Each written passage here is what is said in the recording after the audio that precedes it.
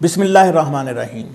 इब्तिदा है अल्लाह पाक के बाबरकत नाम से जो रब्बुल आलमीन और बेशुमार दुरूद व सलाम खातमुल अंबिया हज़रत मोहम्मद मुस्तफ़ा सल्लल्लाहु अलैहि वसल्लम की ज़ात अक़दस पर जो रहमतुल लिल आलमीन। नाज़रीन मोहतरम अस्सलाम वालेकुम।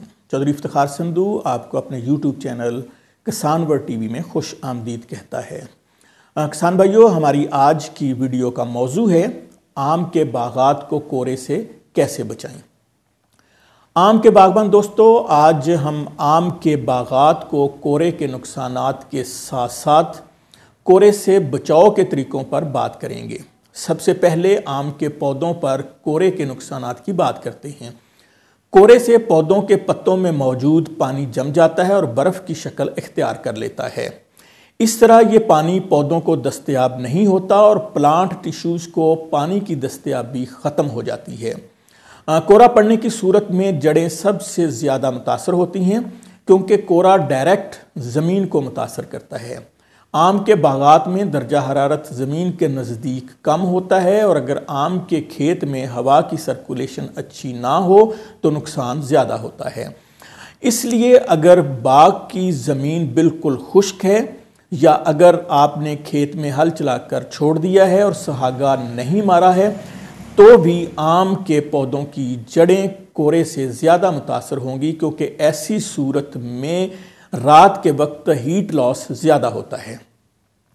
अगर खेत में ज़्यादा पानी लगा है तो भी दिन के वक्त सूरज की हरारत से पानी बुखारात बनकर उड़ता रहेगा जिससे ज़मीन में दर्जा हरारत स्टोर नहीं हो सकेगा और रात के वक्त ज़मीन या इस पर मौजूद पानी ज़्यादा ठंडा होगा जो जड़ों को बुरी तरह मुतासर करेगा।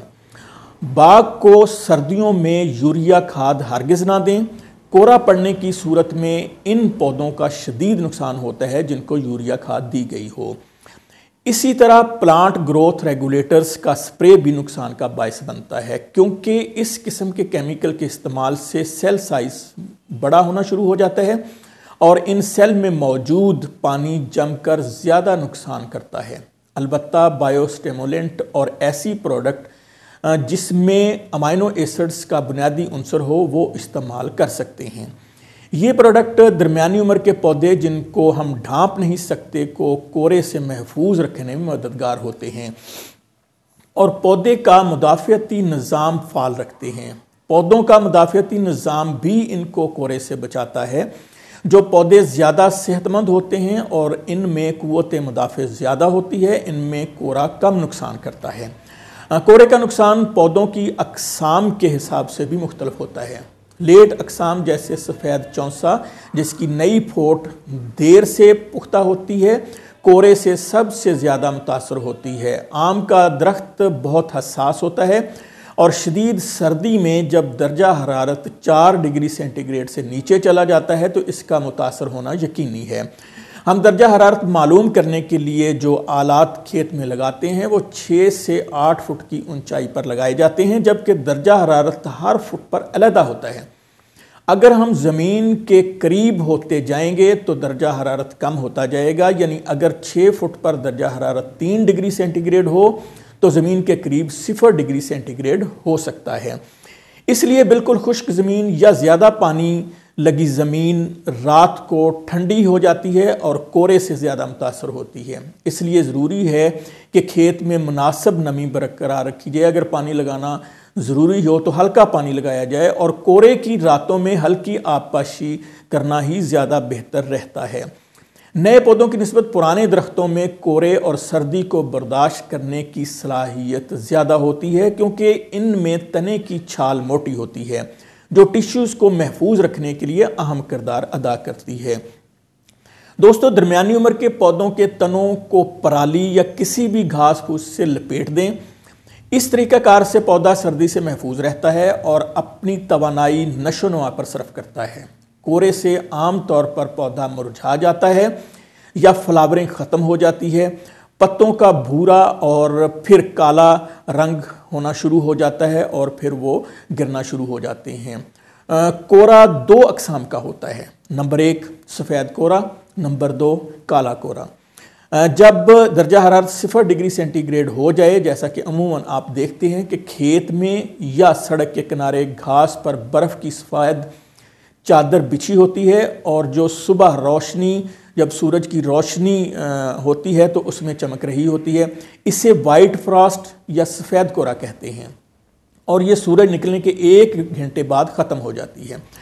ब्लैक फ्रॉस्ट यानी काला कोहरा अमूमन उस वक्त होता है जब दर्जा हरारत -2 से भी नीचे गिर जाता है और हवा में नमी बहुत कम हो जाती है, तो पौधों के पत्तों में मौजूद पानी जम जाता है और सेल वाल फटने से पौधा मुरझाकर काला हो जाता है। अब बात करते हैं कोहरे की पहचान पर। बागबान दोस्तों, दिन में तेज़ धूप का निकलना और पिछले पहर शमाल की जानिब से सर्द हवा का चलना, आसमान का बिल्कुल साफ़ होना और मौसम बिल्कुल मुतदल होना और रात का हवा का साकत हो जाना और सारी रात साकत रहना, इस बात की निशानी है कि रात को कोहरा पड़ेगा और टिका के कोहरा पड़ेगा। रात के आखिरी पहर से सुबह 7 बजे तक दर्जा हरारत का मुसलसल कम होना, जिससे हर तरफ बर्फ़ की सफ़ेद चादर बिछ जाती है। कोहरे की मालूमात के लिए इंटरनेट पर मौसम की सूरत हाल का मुसलसल जायज़ा लेते रहें। कोहरा दर्जा हरारत कम होने के बावजूद कब नहीं पड़ता, इस पर बात करते हैं। नंबर 1, जब आसमान पर बादल हों। नंबर 2, जब बारिश हो रही हो। बागबान दोस्तों, अब कोहरे के आम के बागात पर नुकसानात से बचने के लिए एहतियाती तदाबीर पर बात करते हैं। पौधों को ढाँप कर रखें, जिसके लिए पॉलीथीन बैग का इस्तेमाल इस तरह करें कि पौधा मुकम्मल कवर हो जाए। पौधे के तने से 2 फुट दूर तक ज़मीन को ढाँप दें, लेकिन ऑक्सीजन के लिए पॉली बैग या गट्टू में सुराख ज़रूर करें। आम के पौधों को दरख्तों की टहनियों और सरकंडे से इस तरह कवर करें कि सूरज वाली जनूब की साइड ओपन रहे, ताकि पौधे में ज़्यादा तालीफ जारी रहे। 5% चूने के पेस्ट या सॉल्यूशन का इस्तेमाल करें। दिसंबर के महीने में पौधे की कैनोपी के नीचे गली सड़ी खाद डालें, ताकि ज़मीन गर्म रहे और नमी भी बरकरार रहे। कोहरे के इम्कानात को मद्देनज़र रखकर आप पाशी करें। कोहरे की सूरत में रात के आखिरी पहर बाग में धुआं करें।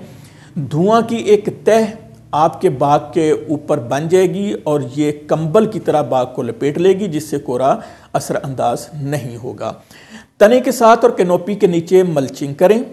तने के साथ जगह को साफ रखें ताकि ज़मीन से पौधे को मुसलसल हरारत मिलती रहे और ज़मीन की हरारत को कायम रखने के लिए पौधे का अच्छे तरीके से कवर करना ज़रूरी है। हल मारने की बजाय रोटावेटर चलाकर खेत को साफ करें।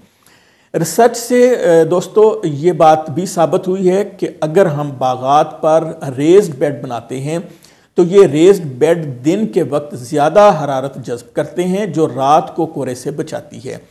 अगर ये बेड ड्रिप सिस्टम पर नहीं है तो इन्हें छोटा बनाएं। छोटे बेड या वट में सूरज की हरारत जज़्ब करने की सलाहियत ज़्यादा होती है। किसान दोस्तों, ड्रिप इरिगेशन सिस्टम और अगर इसके साथ रेन गन का इस्तेमाल किया जाए तो आपके पौधे 99% कोहरे के असरात से महफूज रहेंगे। याद रहे कि कोहरा आम के पौधों का डायरेक्ट नुकसान नहीं करता, क्योंकि जब कोहरा पड़ता है तो पत्ते पर बर्फ़ की तह जम जाती है। जब सूरज निकलता है तो बर्फ़ की ये तह पिघलकर पानी बनकर नीचे गिर जाती है या बुखारात बनकर हवा में उड़ जाती है। बर्फ़ की इस तह को बुखारात में तब्दील होने के लिए हरारत की ज़रूरत होती है और ये हरारत वो पत्ते से हासिल करता है, जिससे पत्ता मुरझा जाता है। इसलिए अगर आप खेत में sprinkler system, floppy disk system या रेन गन का इस्तेमाल कर रहे हैं तो ज़रूरी है कि सुबह सूरज निकलने से पहले कोहरे को पानी छिड़ककर वाश कर दें।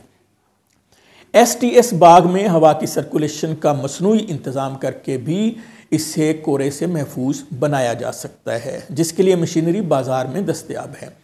याद रहे दोस्तों कि कोहरे से मुतासरा फसलों और बागात के लिए कोई दवाई ऐसी नहीं है जिसको स्प्रे करके आप मुकम्मल तौर पर कंट्रोल हासिल कर सकें। लेकिन अगर आप खुराक अच्छी दे रहे हैं और 16 मुख्तलिफ अज्जाए खुराकी के साथ साथ 16 अमाइनो एसिड्स आपके पौधों की क़ुव्वत मुदाफ़अत में ज़बरदस्त इजाफा कर सकते हैं। बेहतर है कि खाद बर्दाश्त के फ़ौरन बाद मुकम्मल कर ली जाए। ताकि पौधा फौरी अपनी ताकत बहाल कर ले। सितंबर अक्टूबर में आबपाशी बंद कर दें ताकि पौधे पर मौजूद नई शाखें पुख्ता हो जाएं। कोरे से पहले बाग में प्लांट ग्रोथ प्रोमोटर्स के अलावा बोरान का स्प्रे भी पौधे में कोरे को बर्दाश्त करने की सलाहियत बढ़ाता है। इसके अलावा एथोनल का स्प्रे भी बहुत कारआमद है क्योंकि इसका नुक्ता इंजमाद -6 डिग्री सेंटीग्रेड होता है। पोटाशियम सल्फेट, कैल्शियम और सल्फर का इस्तेमाल बहुत अहम किरदार अदा करता है। कैल्शियम सेल वाल को मजबूत करती है जबकि पोटाश सेल को अंदर से सख्त करती है। 1% सल्फर का स्प्रे न सिर्फ फफूंदी के इम्कानात को ख़त्म करता है बल्कि पत्तों पर एक तह भी बना देता है। जब कोरे का पानी इस तह पर गिरता है तो वो सल्फ्यूरिक एसिड बनाता है जिससे पत्ते का दर्जा हरारत बढ़ जाता है और कोरे के नुकसानात कम हो जाते हैं। कोरे का दौरानिया अगर -1 डिग्री सेंटीग्रेड ज़्यादा अरसा के लिए है तो पौधे का नुकसान ज़्यादा होगा, लेकिन अगर -2 या 3 डिग्री सेंटीग्रेड कम दौरानिए के लिए होता है तो पौधा दोबारा बहाल हो जाएगा, दोबारा रिकवर हो जाएगा। बागबान दोस्तों, अब कोरे से मुतासरा पौधों की बहाली पर बात करते हैं। कोरे से मुरझाए पौधे की फौरी तौर पर काट छांट ना करें बल्कि मार्च के महीने में मुतासरा शाखों को 3 इंच सब्ज शाख के साथ काट दें और किसी अच्छी फंजीसाइड मसलन थायोफेनेट मेथाइल का स्प्रे कर दें। बड़ी टहनियाँ या तने जो काले हो गए हैं तो उन मुतासरा हिस्सों पर बोर्डो पेस्ट लगाएं। अब आप 100 ppm जिब्रालिक एसिड और 125 ppm साइकोसेल का स्प्रे कर दें तो पौधा फौरी तौर पर नई शाखें निकालना शुरू कर देगा। 10 लीटर पानी में 1 ग्राम जिब्रालिक एसिड और 1.25 ग्राम साइकोसेल इस्तेमाल करें।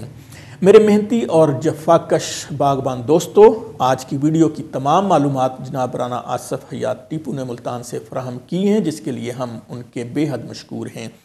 बागबान दोस्तों, उम्मीद है कि हमारी आज की ये वीडियो आपको पसंद आई होगी। बराह करम हमारा किसान world TV channel subscribe, like और शेयर कीजिए। इसके साथ ही अपने मेज़बान चौधरी इफ्तिखार संधू को इजाज़त दीजिए। अल्लाह निगहबान, प्यारे पाकिस्तान।